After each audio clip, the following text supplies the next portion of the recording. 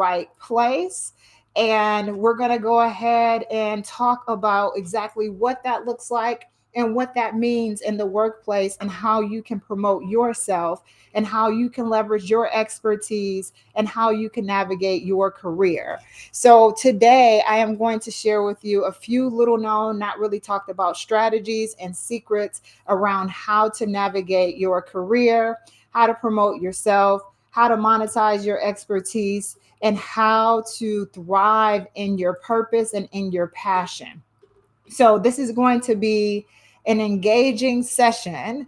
During this session, what I want you to know is I don't need anyone to come off camera, but I need you to engage with me. So I want you to know that this isn't a sit and get. We are here to transform you where you are currently. So as we get into it, the first question that I want to ask you is drop a one in the chat if you've ever watched someone get a role, recognition, or reward that you believe was yours, that you trained them for. So drop a one in the chat if you've ever experienced that.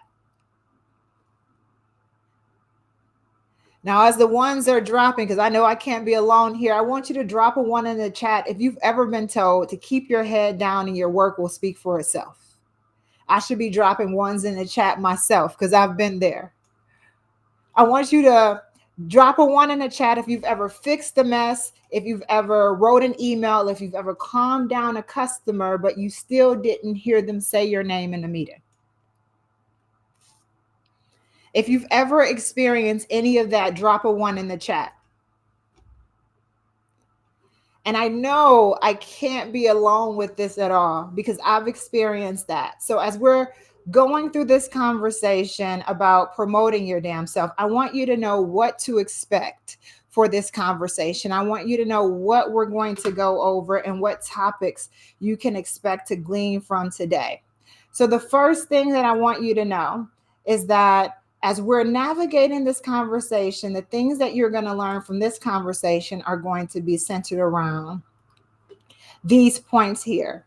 So, we're going to talk specifically about understanding that self promotion, promoting yourself basically, is non negotiable in this day and age. It's not a nice to have, it's not a maybe I should have.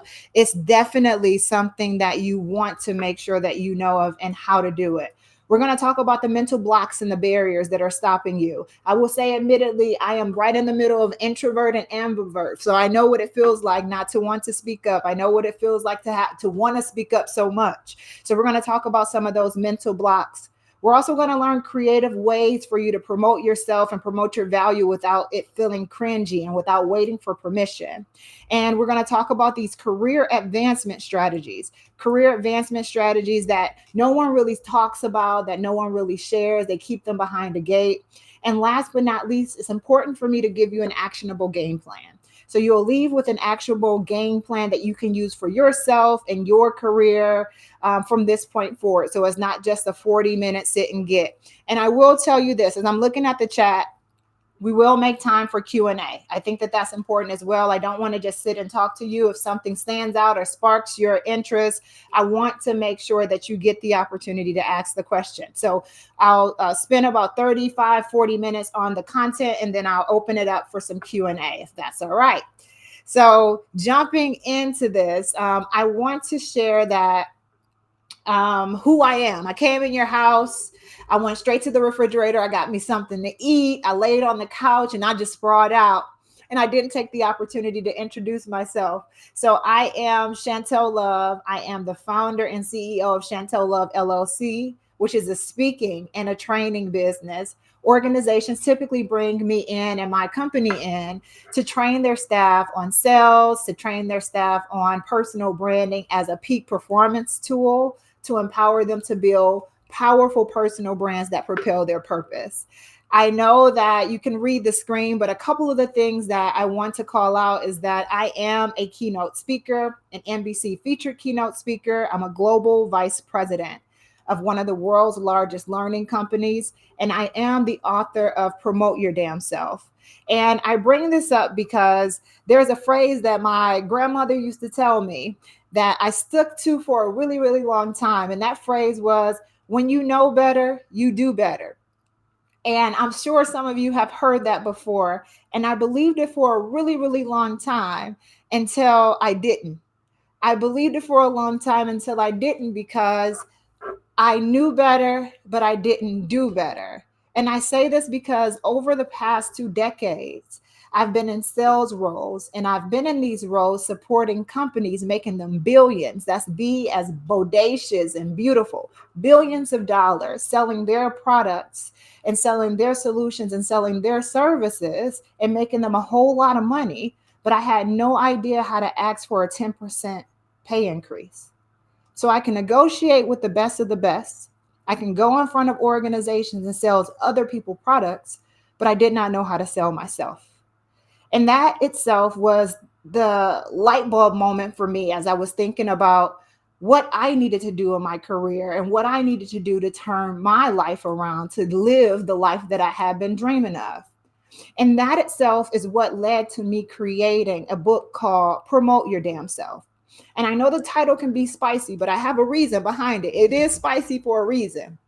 But when I think about promoting yourself, I've spent decades mentoring professionals on how to advance in their career. Before I started speaking, I offered one on one coaching, and I help professionals build their brand or build their business or advance themselves in their career. And this is one of my clients' testimonials from LinkedIn, who I helped to advance in her career. But I use the word promote. And when you think of the word promote is a verb. And when you think of verbs, verbs require action for you to take motion and to move forward.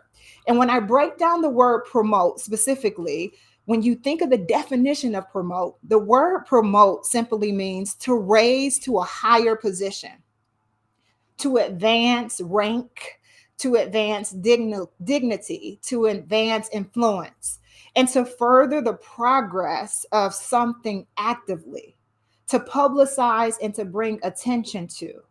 So when I say promote, nothing in that definition says shrink yourself.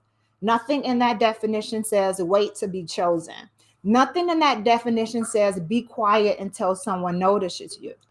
And what I learned through that experience is you don't get what you deserve, you get what you declare. You get what you declare, what you demonstrate, and what you promote. And I want you to think about this for a moment. I want you to think, what if promoting yourself at work was the missing link to the opportunity that you've been praying for? What if your power didn't come from having all of the answers, but finally being heard? What if someone is waiting to say yes to you because they're waiting for you to say yes to yourself? And I bring this up because promote your damn self is not just a fancy phrase or a title. I wanted to write the rule book that the top 6% is using to advance their career and advance their life from the perspective of a woman who happens to be Black, who has advanced her career going from an entry level position to an executive position in 5 years as a first generation professional. I didn't have a blueprint. I also found myself working on the side as an adjunct instructor, as a coach, and as a speaker, and also as a real estate investor, and getting to the point where I promoted my damn self to CEO of my own company. And I share this because I've navigated it all. I've navigated workplace trauma. I've navigated ageism, racism, criticism, and you fill in the blank with an ism, and I probably have navigated. I didn't have a blueprint, so I wanted to write the blueprint.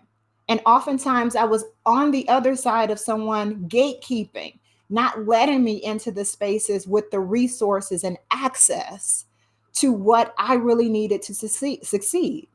So this book is for me and where I was 20 years ago. One that teaches you how to vocalize your value. One that helps you to navigate a career and systems that may not have necessarily been created for you. One that helps you to navigate platforms like LinkedIn that we're on right now. One that helps you to Navigate LinkedIn from the perspective of an employee or someone who's starting a business or someone who's in transition. And then also a book that teaches you how to write like an influencer, how to find opportunities using AI, how to monetize your expertise, how to monetize your expertise from the perspective of asking for promotions at your job, asking for pay increases, asking for paid speaking engagements.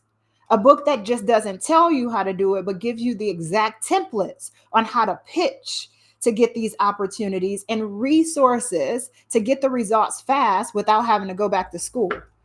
So, with that book, I felt the need to give that as a gift to my younger self and to the people that I've mentored for so many years.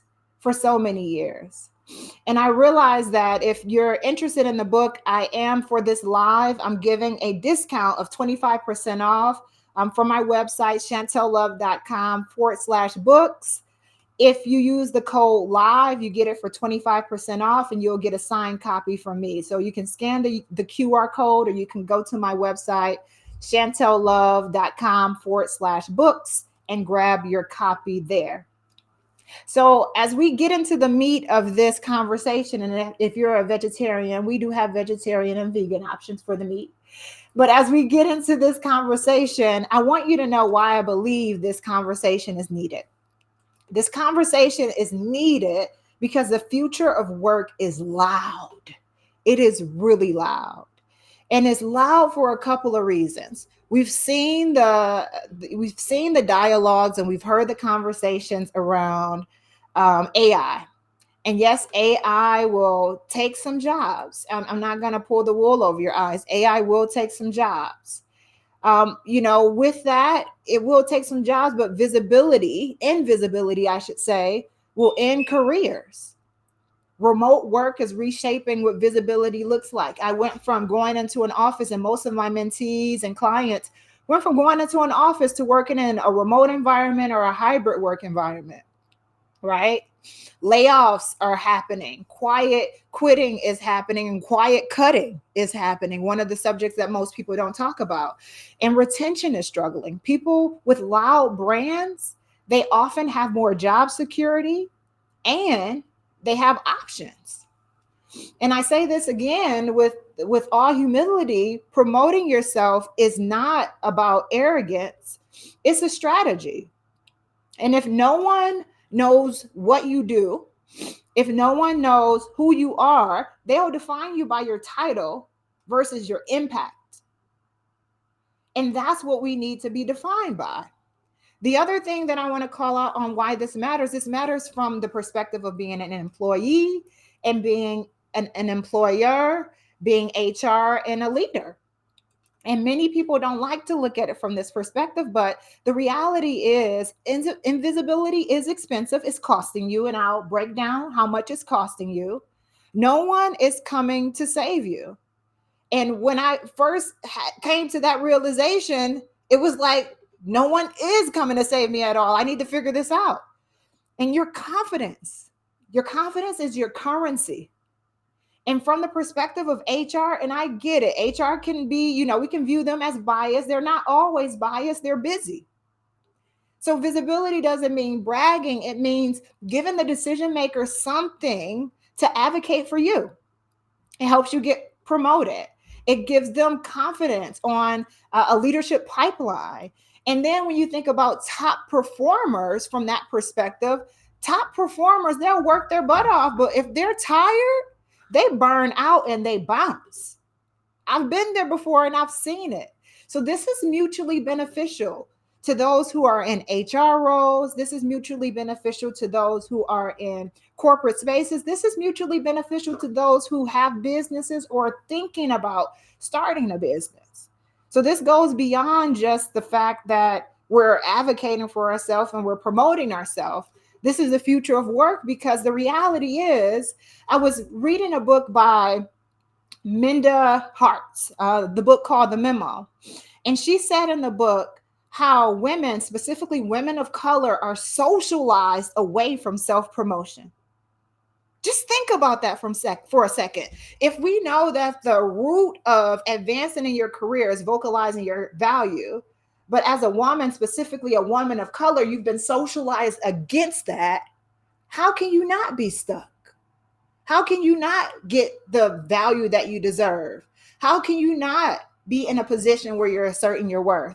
And I want to retool that and refine that, because we're no longer socializing ourselves away from promotions. We are the asset. And I want you in the chat, I want you to type the word asset, because every single person in this call, anyone who watches the replay, the reality is we only get what we declare. And if you declare that you're the asset, you will assert yourself as that asset. And I think it's important to have a very real conversation. I'm not going to pull the wool over your eyes. Promoting yourself is hard. It's not easy. But I'm about to, in these next few minutes, I'm about to destroy every excuse that you've been hiding behind for why you haven't promoted your damn self. You want the recognition, but you still shrink in meetings. You mute your brilliance. And you act like titles make the person, when it's your purpose that carries the weight. You're scared of standing out.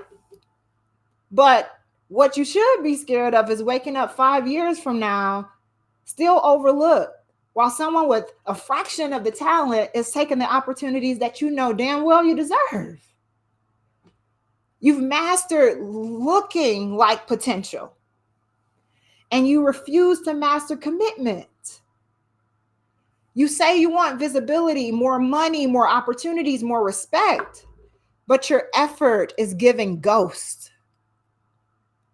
It's important to know that we're not here to romanticize a career. We're not here to romanticize career growth. And many of us stay loyal to the silence like it's a forever thing. And I'm going to tell you this right now.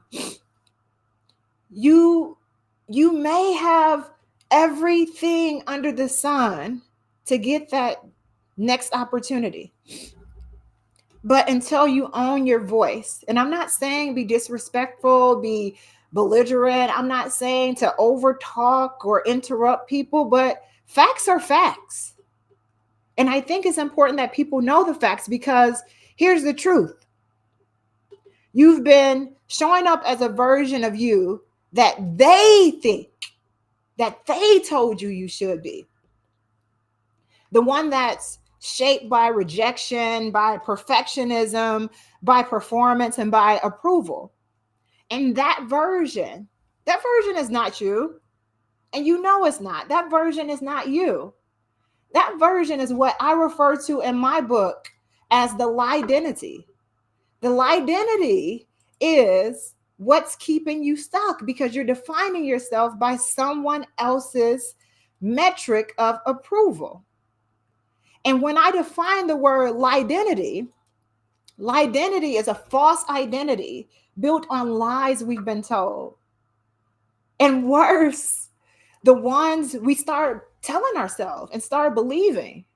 The ones that say that you're too much, you're not enough. Now, that's the one that I get. Make that make sense. How can you be too much and not enough? The one that says your voice isn't valid after the title and the degrees and the permission. But if you're ready to shed that mask, to bury the identity, and finally promote yourself for real, I'm going to share exactly how to do it, because this is exactly where you're supposed to be. And the thing that I want to share, I was listening to a message recently by Pastor Mike Todd. I listen to him often. And in his message, he said, if who you think you are is being defined by everyone else, then you have a misview of who you're supposed to be. And when you think of that from the perspective, that's the enemy's number one way of attacking you, by you not knowing who you are. And when you think about it, no one's really afraid of a phony. No one's really afraid of a faker. No one's really afraid of a counterfeit. The people who deal with things like imposter syndrome actually have it going on. They have the degrees, they have the certification, they have a whole bunch of letters behind their names. No one's going after the mental state, the mental capacity, the mental wellness of a fake or a phony. They're going after those who actually have the skills. There's, when you think about the breakdowns in us as human beings, it's often being attacked by the fact that we are creating a fear that's standing in the way of us finding our purpose.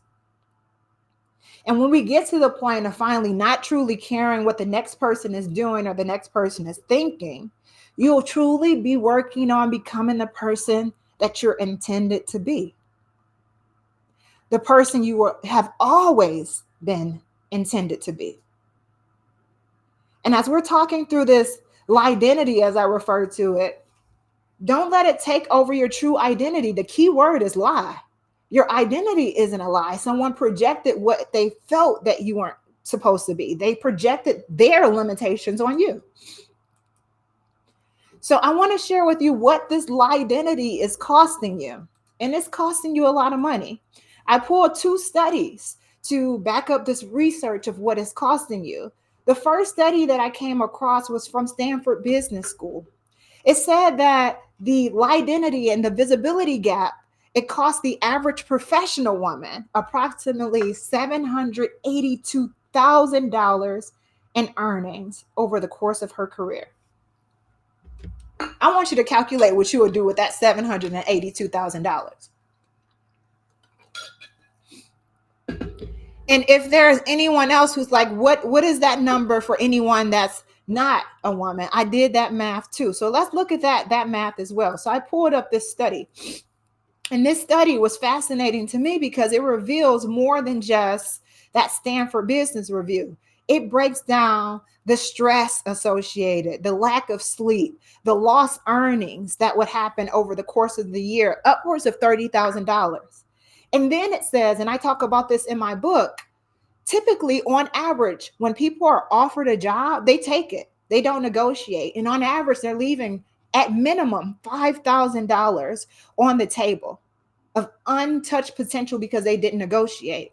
And that calculated over 5 years is another $25,000 that you're missing.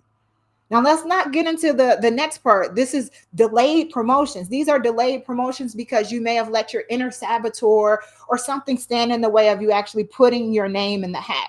And I saw this stat that said white men apply for 100% of the jobs, even if they're only 60% qualified for. Whereas women, on the other hand, they have to be 90 to 100% qualified for the roles. So we're leaving a lot of money on the table.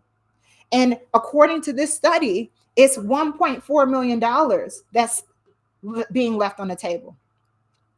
And then over the lifetime earnings, over $500,000 is being left on the table by not negotiating your initial salary. It compounds. Now, if my math is right, I don't have a degree in math, but I'm married to a mathematician, so I'm going to borrow his confidence.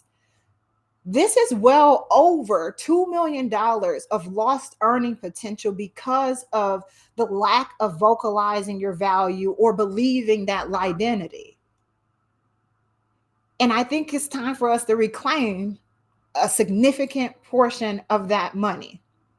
So as we continue to think about this, the one thing that I want to leave you with, if you don't take anything from this conversation, is that if you don't promote your damn self, then who will?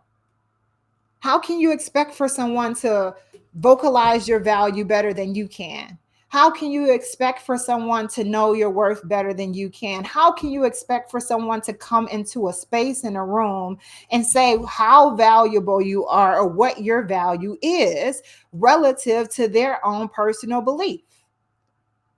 And I bring this up a couple of ways because as I was doing the research for my book, I spoke to Fortune 100 and Fortune 500 CEOs. I spoke to middle managers. I spoke to entrepreneurs who became CEOs. And this stat is what really made me create this next framework. What I discovered was that 70% of CEOs admitted that they were not fully prepared to take the role when they stepped into the job. 70% of CEOs were not prepared. They were not fully prepared. They didn't think that they were ready when they took the job. They still took the job though, right? But when I dug a bit deeper, I saw this quote that came from Sheryl Sandberg, the author of Lean In. She says, if you wait until you're ready, you will be late. You will already be too late. And I bring this up because there was also this other study that came up, and that study came from a Spencer Stewart. And it said that more than 50% of CEOs fail within their first 18 months. And get this, they don't fail because of intelligence.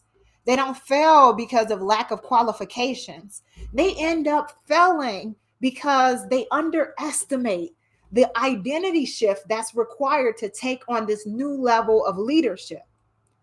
And this very piece, it inspired this framework that I'm about to share with you, because it requires a shift from your old mindset to a new mindset to actually embrace and understand the value that's attached to promoting yourself.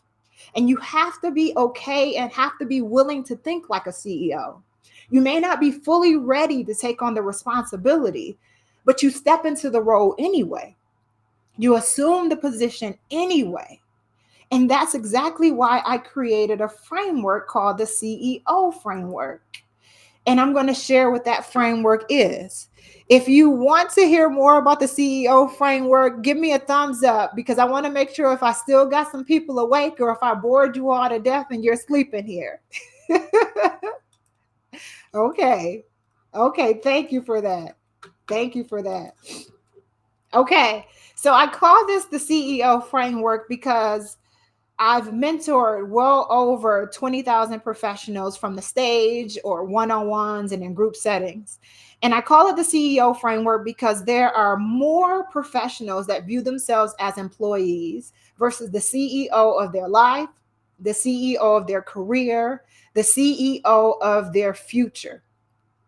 And I realized that although those CEOs of those companies may not have felt ready or prepared, I felt as though that this was an important framework to lean into, especially as a woman who wanted to be a CEO at a Fortune 100 and Fortune 500 company, until I came to grips with the fact that that will be slim to none.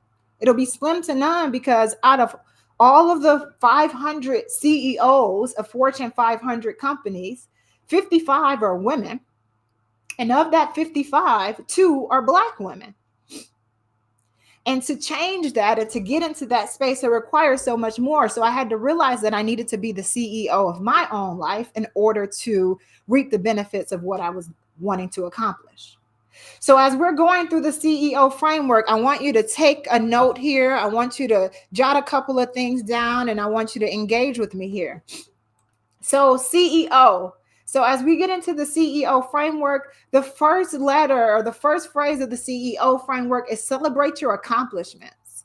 I want you to celebrate and begin to get in the habit and the practice of celebrating every hard-won win, even the ones that feel invisible, even the ones that feel small, even the ones that you may glean as not as significant or important. I find myself when I'm working with first generation and women and people of color, the first thing that they typically say is, I need more, before celebrating the 3 to 4 to 5 degrees that I already have. And the fact that they're the first in their family to go out on this journey, the fact that they figured out how to accomplish their goals and how to gain success with little to no guidance. And I find myself just saying, stop, just stop right now. Stop and celebrate your accomplishments. And after you celebrate your accomplishments, write down the top 5 to 10 accomplishments that you are proud of. And it doesn't necessarily have to be related to your career. Write them down. And then after you write them down, quantify them. What impact did they have on your life? How did it rewire your brain? How did it change the trajectory of your life? Quantify them. It's going to be important, and keep this in mind. Quantify them. And as you're listening to me, I want you to drop one accomplishment in the chat that you have yet to celebrate. And one other thing as well, and I'm looking at this chat too. I'm looking on my phone and the computer screen. If you all are not connected here, drop your LinkedIn connections in the chat as well. You never know who has your next opportunity waiting for you. So I want to remind you of that. But drop one accomplishment that you have yet to celebrate. The other thing that I want to call out too, the E in the CEO framework is embrace your unique story. Embrace your story. And I call this out for a couple of reasons. Your story is your unique, your I'm going to say it this way. Your story is your differentiator, not your disadvantage. Your unique story is your differentiator, not your disadvantage. And I'm going to share a story. I grew up in Detroit. And my mom had me at 15. I grew up in a multi-generational household. And I had two younger siblings.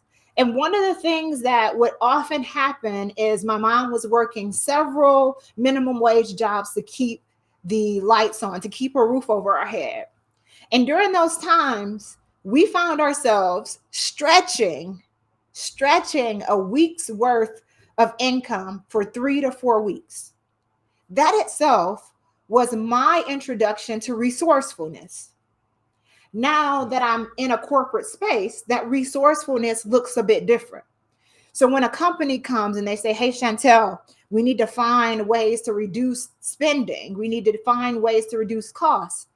That resourcefulness taught me how to save companies millions of dollars in wasted spend because I can see how to stretch what we have. So I really want you to think about the uncommon elements of who you are that make you that much more powerful. And look at it from that perspective. And congratulations, Adia, on sending off your first consulting proposal since the relaunch of your business. That's super exciting. I'm going to send some energy your way so you can secure that. Thank you for sharing that. The other thing that I want to share here too is the last point is own continuous improvement. Now, I can spend a lot of time talking about this, but I want to be mindful of the time that we have here together. There are so many people, when you think about continuous improvement, there are so many people that are afraid of being seen trying. And I'm going to say that again. There are so many people that are afraid to be seen trying. And I'm going to share something with you. I speak on a lot of stages. I've spoken on stages as small as 6 and as big as 60,000 at AWS reInvent. But this is my first LinkedIn Live. And I was on the struggle bus trying to get this started. And I remember testing the technology the other day, and I did not care about being seen trying. But what happened was people that I have not met in person came to my aid. Nafisa came to my aid and she said, okay, I see you're trying to share this screen. Try this. And then I had, and thank you for being here today as well. I hope you don't mind me sharing, Tosh. Tosh was there as well. She was like, how about you close it out, you minimize it, or you open up your presentation before you get started? And then today I'm sabotaged again by LinkedIn, where my other invite just did not work, but I refuse to give up. I refuse not to be seen trying. And I bring up own continuous improvement because this is the first, but this won't be the last. And I promise you the next time is going to be better. But when I think about owning continuous improvement, I saw this interview with Tony Robbins and Warren Buffett recently. And Tony Robbins asked Warren Buffett, he says, you've done all of these investments with the stock market. You've done all of these real estate deals. Can you tell me what's the biggest and best investment that you've ever made in your life? And Warren Buffett, without hesitation, he responded, the biggest and best investment that I made was investing in myself.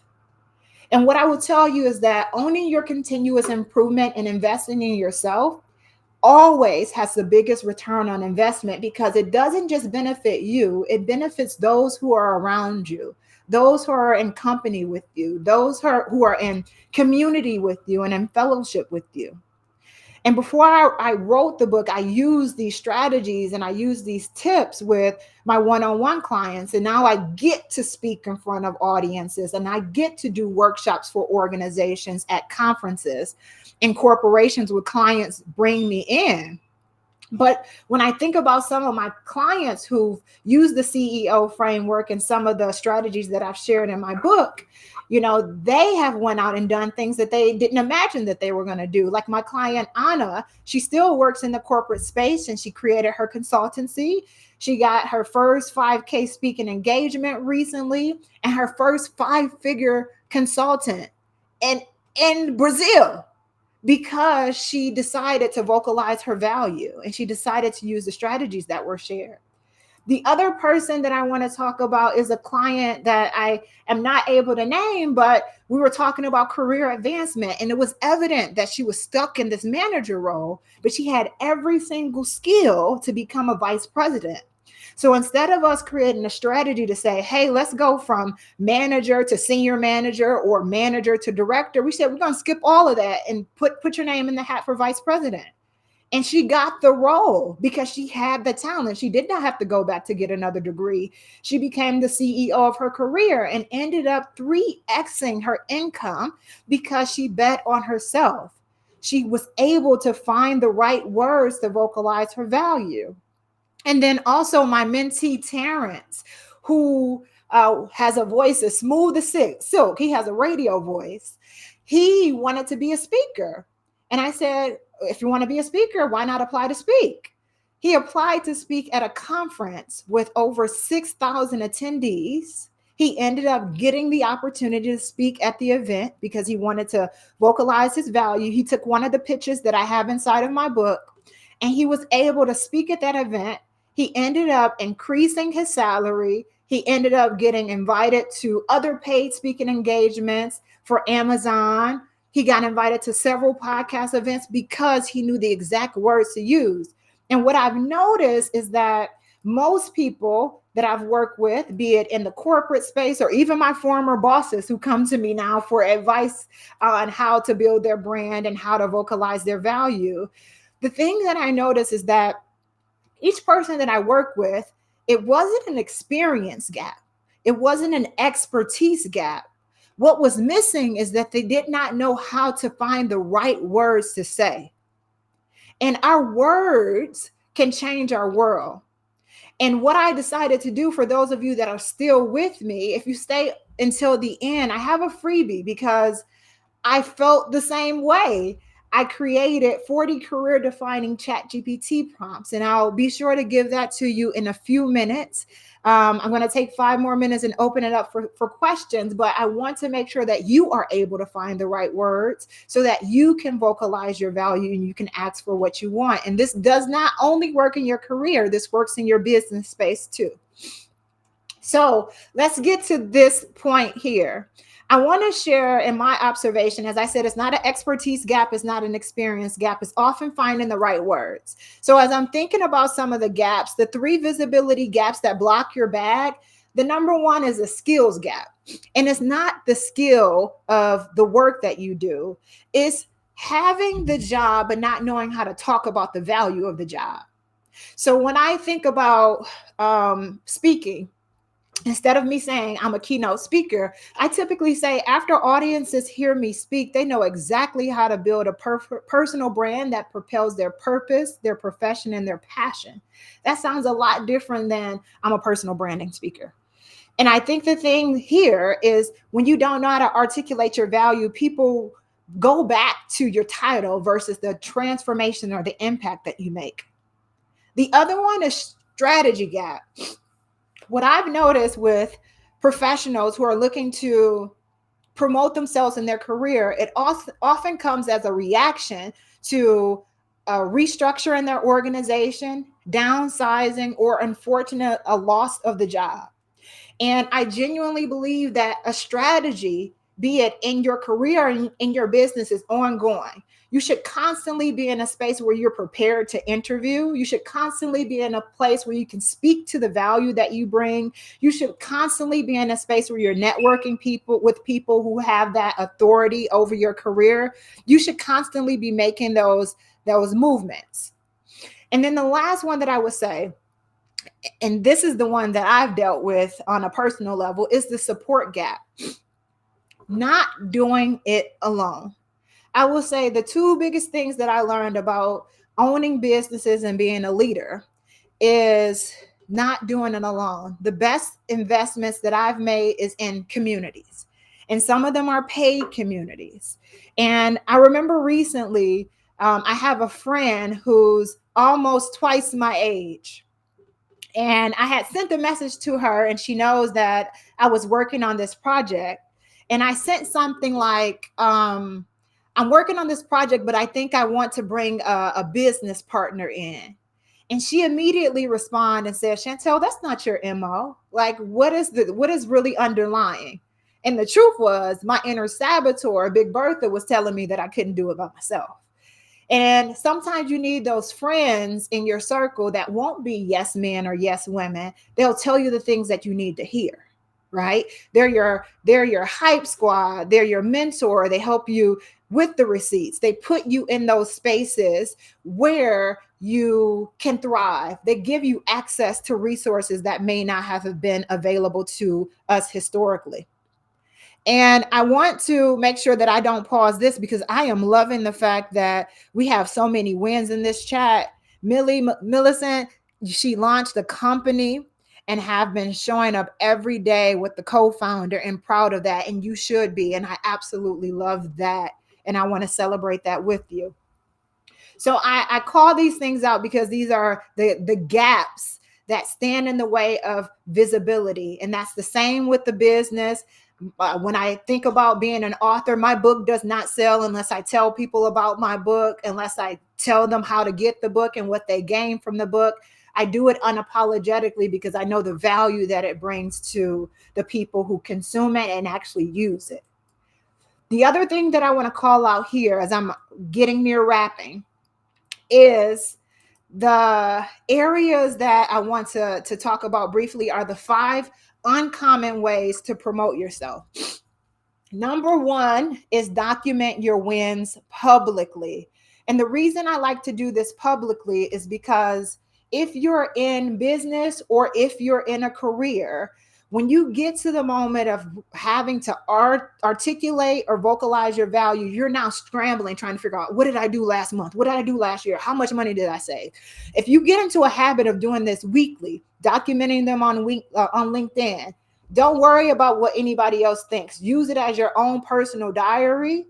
Or if you don't use LinkedIn, use YouTube. YouTube is basically Google. You want to make yourself Googleable. I don't even know if that's a real word, but you want to make yourself Googleable when it comes to the moments when you need to find that. Use internal email. So what I've taught some mentees to do when they're on big projects, don't do it every week. Do it once a month or every other month. Send one win, one learn, and one thing that you're working on to your leadership team or your mentor or your sponsor. And that way you have a reference that you can go point to go back and leverage it. I won't spend a lot of time going back to talk about LinkedIn, but LinkedIn has been a gold mine to me. I was invisible on LinkedIn 2 years ago, and now I'm getting brand deals, and about 80% of my speaking opportunities come from LinkedIn because of the way that I show up. The other things that you can do, you can host your own events. Like I'm here today hosting my own event. This becomes my content. So I am now using this as a content strategy for the next month and a half. I can slice this up, I can chop, I can screw it, I can twist it. I can post it on YouTube. It makes me Googleable. I'm going to keep using that word. So teach your own events. And then also with these events, you learn from your audience. They teach you, they tell you what they're looking for. They validate or invalidate, if you will, if you are an expert in your own right in the certain spaces. Other areas too, you can lead culture projects. The most important one is attaching yourself to revenue goals, tracking your impact, and speaking in the language of those that can promote you. So speaking in metrics, speaking in outcomes, speaking in dollars saved. And then last but not least, monetize your expertise. And I may need to do a whole session on this because we make it so hard to monetize your expertise, but it's all about the language that you use. The things that people come to you without you even asking for is your area of expertise. And sometimes we think we need to go out and learn all this AI stuff. I'm good with networking. I'm good with showing up and speaking with people. So I'm going with that. I'm not about to try to be a rocket scientist because that's not my zone of genius. But we can talk about how to monetize your expertise. The last thing that I will call out is the top 1% strategy to get you promoted. And I'm going to just say it here. You got to play the game. Is to make your boss look good. Track your contribution. So you don't want your boss taking advantage or taking credit for your work. But you want to make your boss look good and track it. Track it by sending emails that are time stamped. Keep a paper trail for yourself, but make your boss look good. Be okay with taking a lateral leap or a lateral move in your career, because what it does is it can create a space for influence depending on the size of that company. Some people are always looking to go up, but you can take a lateral move in a different area to gain some skills, and then you can work your way up in a different area. And then the last thing that I'll share is audit your social wealth and proximity to power. Most of the people that and this is the same on LinkedIn too. Most of the people that I've mentored, they find themselves in a comfort zone when they stay with people that are at their same level. But if you're really looking to get to the next level, you have to surround yourself by those people that truly have that ability, truly have that power, that authority to promote you, to advance your career, and really assess that proximity to power. Your network is your net worth, and that is not a cliche. When you surround yourself by people who are doing the things that you want to do, by consequence, you glean and you gain from their expertise just by being in the room. And sometimes all you need to do is be in the room. So I really want to stress that because I found so many amazing opportunities by doing that. And I have a note here at the bottom, just write down who has influence over your next opportunity. And I mean, y'all are giving me ideas that you didn't even say. When I think about like pitching to organizations, I'm thinking about what organization do I want to pitch to? Who has the authority to bring me in? What are their gaps or what are their problems? How can I solve them? And then how can I be in a relationship with them? So I backwards design all of my communications, all of my engagements, all of that. Be in proximity to power, even if it feels uncomfortable, because there'll come a point in time where you will become comfortable because it'll become habitual. It'll become a habit. So as I'm skipping down, I'm looking at the time. Oh my goodness, I have so much that I want to share. I'm going to give one last bonus, and then I'm going to open up the floor for questions. So the bonus that I'm going to share here really quickly is this. In my book, I have a certain section that talks about, and I'm looking at it right now, that talks about sculpting your unique brand. And then I have a section on navigating LinkedIn under your boss's watchful eyes. You want to read both of those chapters. The bonuses that I will share here that are in the book, and I'm going to share one that's not in the book, is stop waiting for permission to be promoted.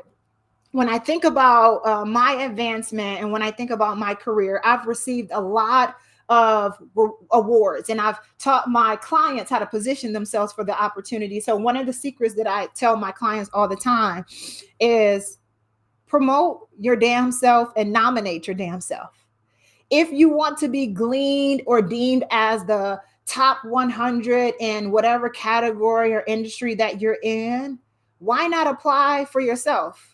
Why not recommend yourself? And I think, for those of you who went to college or university, think of it like in order to get into the university, you need a letter of recommendation. And 8 times out of 10, you typically go to someone that You write the recommendation for them, and all they do is send what you wrote with their signature on it. Why are we not doing the same thing in our career? Why are we not doing the same thing in your business? I am an NBC featured speaker because I put myself in the space for myself to be nominated. I asked for it. And I think the thing is, sometimes we underestimate the fact that there are millions in your mouth. If you do not open your mouth and ask for what you want, you will not get it. And if you're in a space where you're like, I'm just going to wait for it to come, it's going to flow to me, it might flow to you, but it might be a slow drip. You want to make it rain. So stop waiting. And I think, for everybody on here, I don't know all of you, but if you need someone to recommend you, you can use my email, info@chantellove.com, to advocate and promote yourself if you need to for those opportunities. So with this being said, I'm going to pause because I will get into Chantel Long-Winded Love. I have a lot to say. I always have a lot to say. But I will share with you as I'm opening it up for questions. I would love your feedback. I have a survey link on the screen that I should be coming up now. I have a little bit of delay on my other screen. But what I would love to know is what went well so that I can do more of that. What you didn't like so I can do less of that. And I would love your general feedback.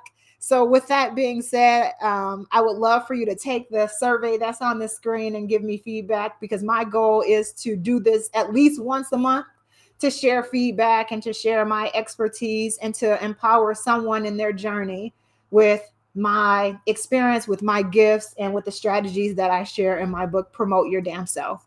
So without further ado, you all bear with me. I'm going to try to figure out how to get some questions. I don't know if people can come up, but if you have any questions, drop them in the chat and I'll be happy to respond to them for the sake of this conversation, because I don't think it lets you come off of mute and come into the room. So if you have any questions or comments, I'm looking at the chat right now.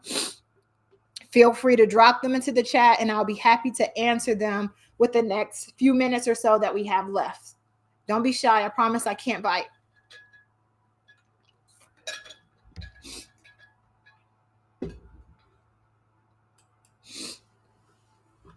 Okay. All right. So I'm looking here at the chat. Let me refresh my screen because LinkedIn is LinkedIning and doing what it wants to do. So let me do that and be sure that I'm able to see the chats that are coming through here. So just bear with me.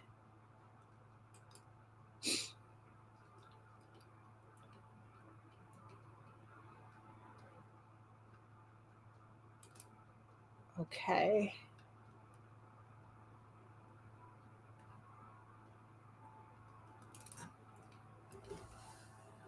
Let me refresh here.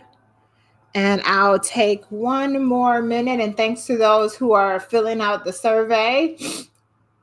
And then I'll just leave the link here too, for those of you that may very well want to grab the book.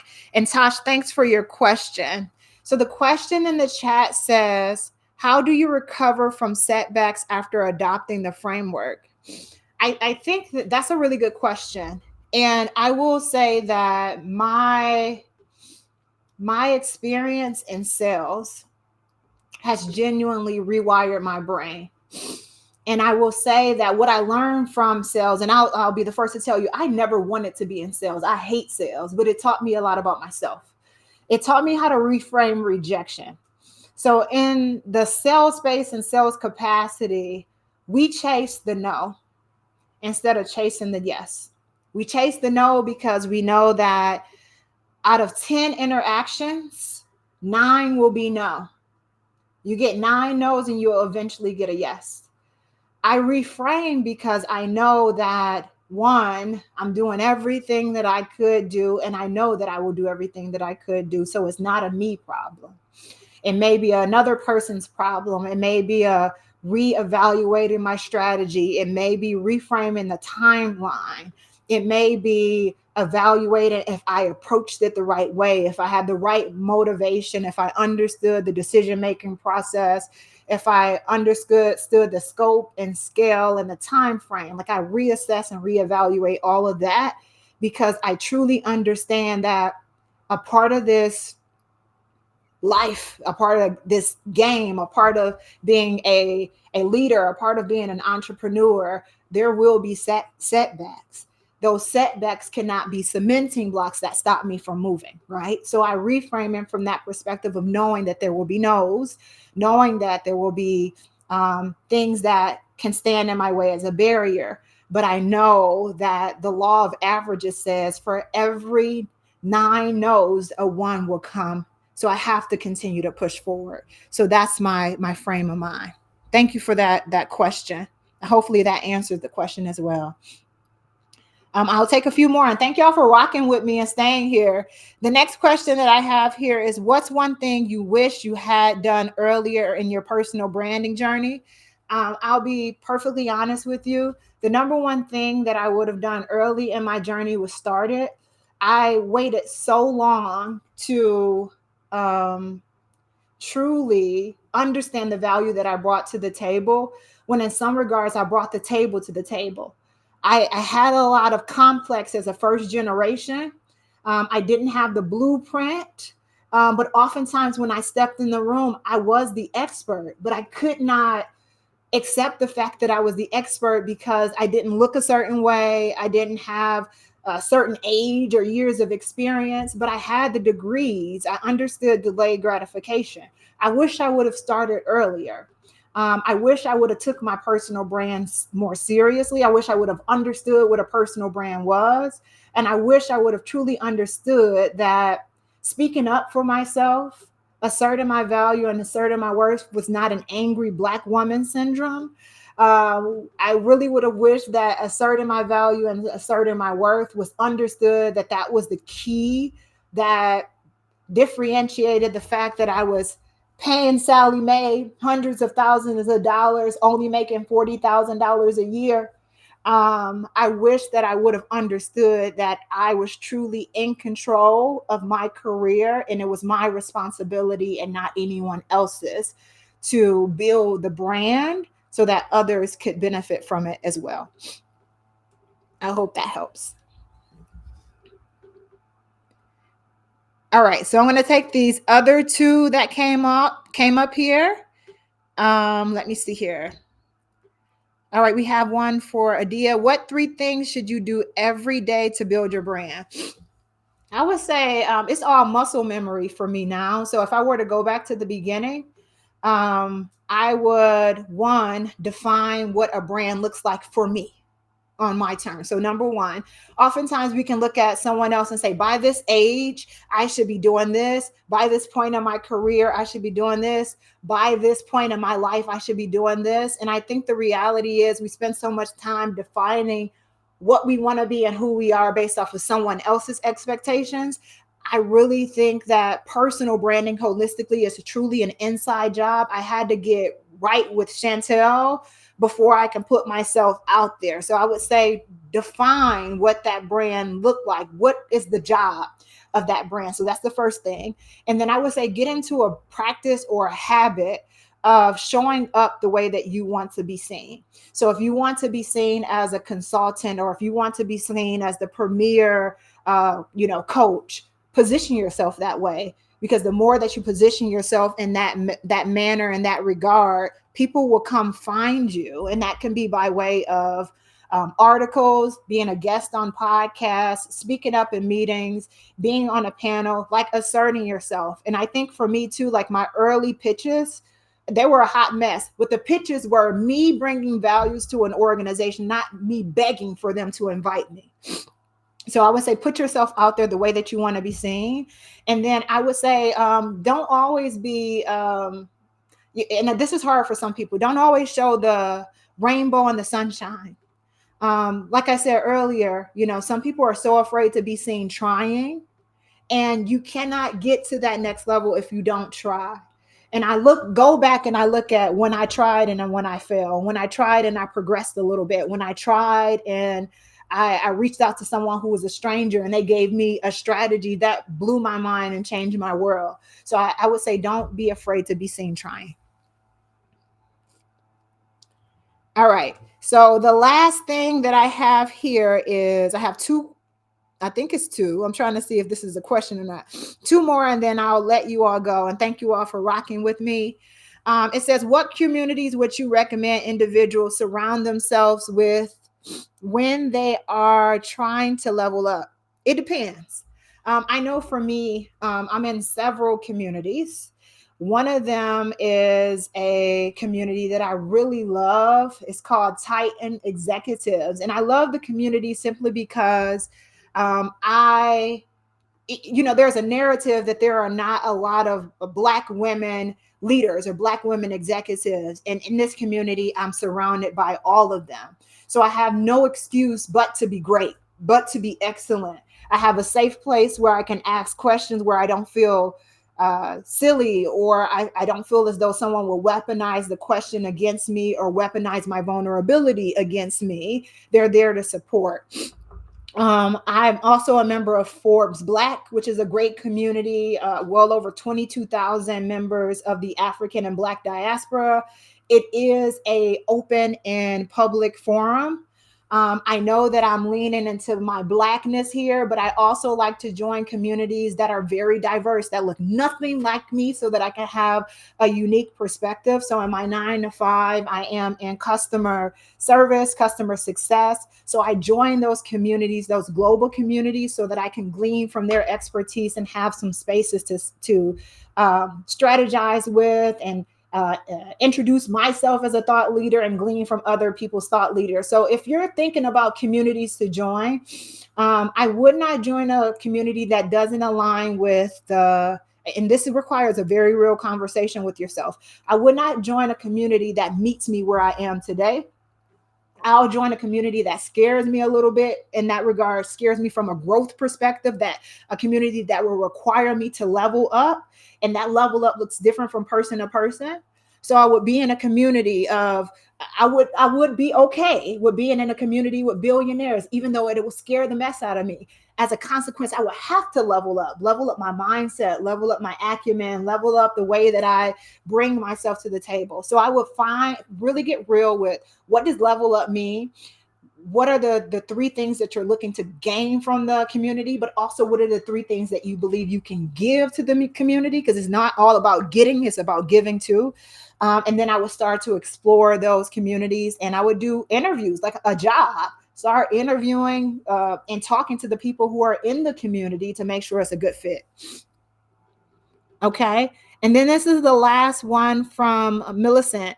It says, I actually wanted to hear this about sales.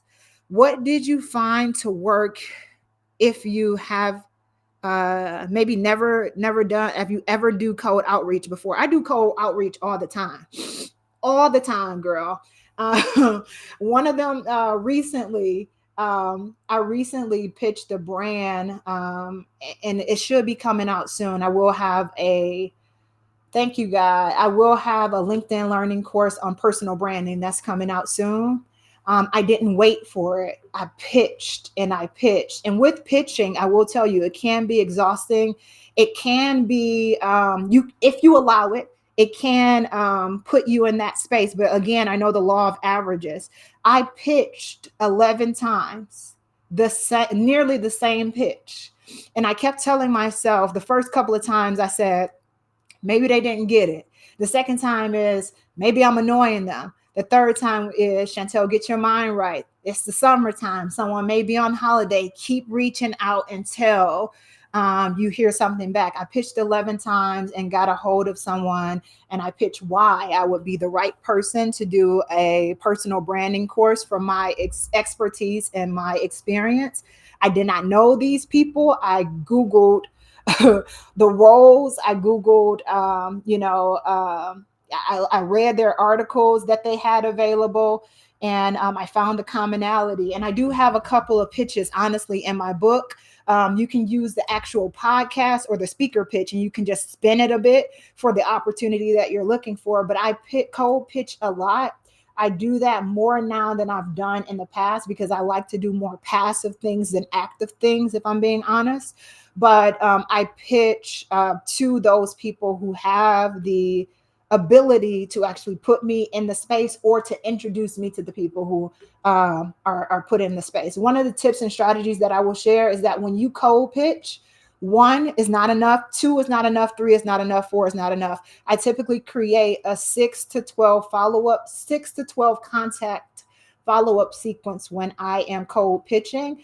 And since y'all are still hanging with me, you can go into Chat GPT and you can write a prompt that says, act as a experienced sales executive that pitches to multi-million dollar organizations. I'm creating a pitch for whatever, fill in the blank. Give me a 6 to 10 touch point follow-up sequence in the event that the person doesn't respond to me. And you can do that. So I hope that this was helpful. I think that, you know, for me, I need to turn all situations into rainbows and sunshines. My other event, for some reason, I could not get into that event, which is telling me that I could do this again. So I will do this again, and I will do it in a manner where I'm opening up my heart, opening up my expertise to you all. I thank each and every one of you for spending your time with me today. And I hope that if this inspired you, if you got a gem, if you got something from this, please do me a favor, post about it, share it with a friend, tag me in it. Help me help you, help us help each other. This is where community begins. So until next time, you all take care of yourself and take care of each other. Let me figure out how to end this stream, but if we're not connected, let's make sure that we're connected. Y'all take care and have a great evening. Thank you, everyone.